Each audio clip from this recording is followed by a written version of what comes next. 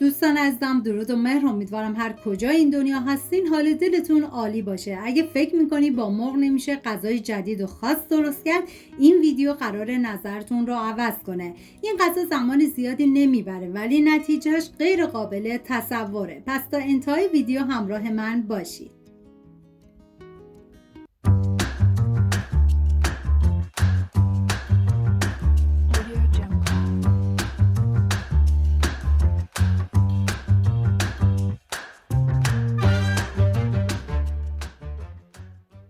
نیاز به زنجبیل تازه دارین که با استفاده از دنده ریز رنده میکنم و رنده شدهش باید یک قاشق غذاخوری سرپر باشه. سعی کنید که حتما از زنجبیل تازه استفاده کنید چون عطر و طعم غذا رو فوق العاده خوشمزه تر میکنه. و نیاز داریم به 900 گرم مرغ که خورد کردم و ترکیبی از ران و سینه استفاده کردم که این دیگه کاملا سلیقه‌ایه. مرغ رو میریزم داخل یه ظرف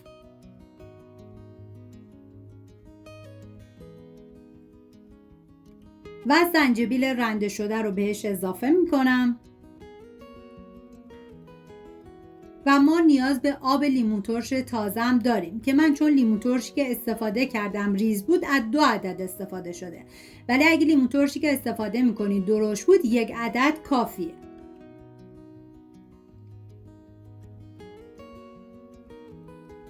و 5 قاشق غذاخوری ماست پرچرب. اگه ماست پرچرب دوست نداشتین یا اینکه در دسترس نداشتین، از هر نوع ماستی که دوست دارین میتونین استفاده کنین، ولی خب پرچرب خوشمزه ترش میکنه.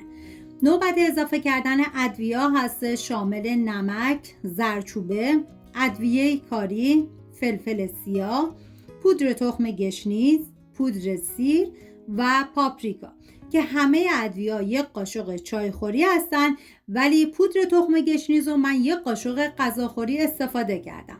هم میزنم تا همه مواد با هم دیگه مخلوط بشن. این روش پخت مرغ کاملا آبدار و نرمه. عطرش که اصلا نگم براتون، واقعا یکی از اون غذاهاست که از همون لقمه اول عاشقش میشید.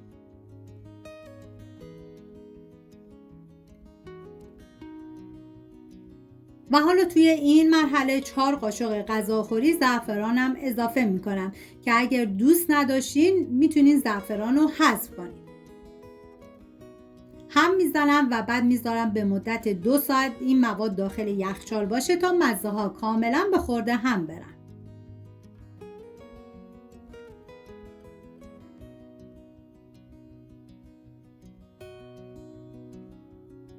حالا توی این فاصله میریم سراغ پیاز. نیاز به 3 عدد پیاز داریم که به صورت خلالی ریز میکنم. این غذا برای 4 نفر در نظر گرفته شده. شما به اساس تعداد نفرات مواد کم یا زیاد کنید. من اندازه ها رو هم در طول ویدیو میگم، هم داخل دیسکریپشن نوشتم و بهتون پیشنهاد میکنم اگر از روش‌های تکراری پخت مرغ خسته شدید حتما این مرغ رو درست کنید. مطمئنم هر کی بخوره عاشقش میشه. داخل تابه مقداری کره میریزم که شما از هر نوع روغنی که دوست داشتین میتونین استفاده کنید، ولی اگر کره داشتین استفاده بکنید طعم غذا رو خوشمزه تر میکنه. پیازهای ریز شده رو میریزم، هم میزنم، زمان میدم تا پیاز سرخ بشه.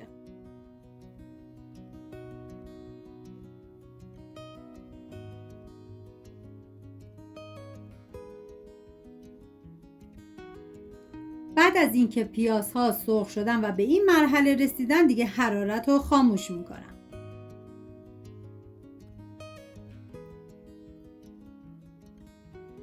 باید پیاز رو با ماست میکس کنین که من میریزم داخل دستگاه. شما از هر نوع دستگاهی که دارین و وسیله‌ای که دارین راحت هستید باید ماست رو با پیاز میکس کنین.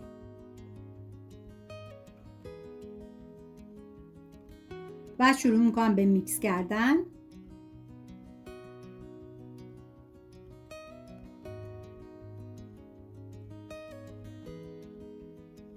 و بعد از 2 ساعت مرغ‌ها رو از یخچال خارج کردم، میریزم داخل تابه بدون اینکه روغنی بهش اضافه کنیم.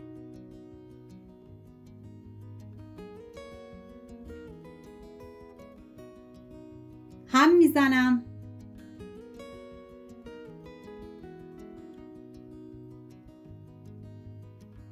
و حالا مواد میکس شده رو بهش اضافه میکنم. اینجا دقیقاً غذا به اوج خوشمزگی میرسه. مرغ که کاملا مزه‌دار شده و این ترکیب طعم فوق‌العاده‌ای به غذا میده. هم میزنم تا همه مواد با هم دیگه مخلوط بشن.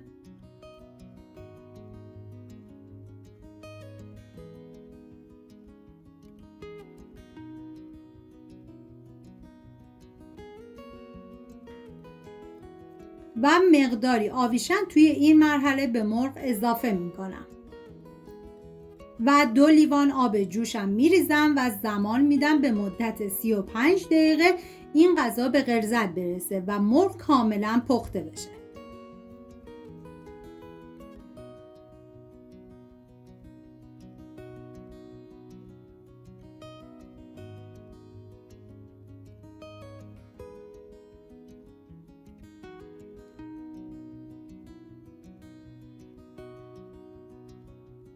و ما نیاز به گشنیز تازه داریم که من ریز ریز خورد میکنم و خورد شدهش باید 3 قاشق غذاخوری باشه.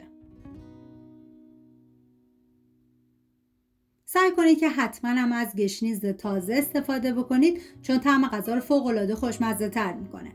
و 5 دقیقه آخر گشنیز خورد شده رو بهش اضافه میکنم و میذارم 5 دقیقه دیگه این غذا بپزه.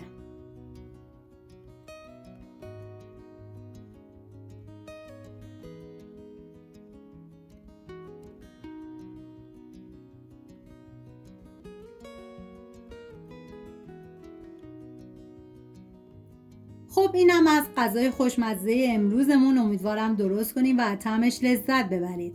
اگر خوشتون اومده ویدیو رو لایک، کانال رو سابسکرایب کنید تا دستورهای خاص رو از دست ندید. این موقع خوشمزه در کنار یه زرش برو حسابی میچسبه. سپاس از همراهی همیشگیتون. تا ویدیوی بعدی مراقب خودتون و خوبی هاتون باشید. تا درودی دیگر، بدرود.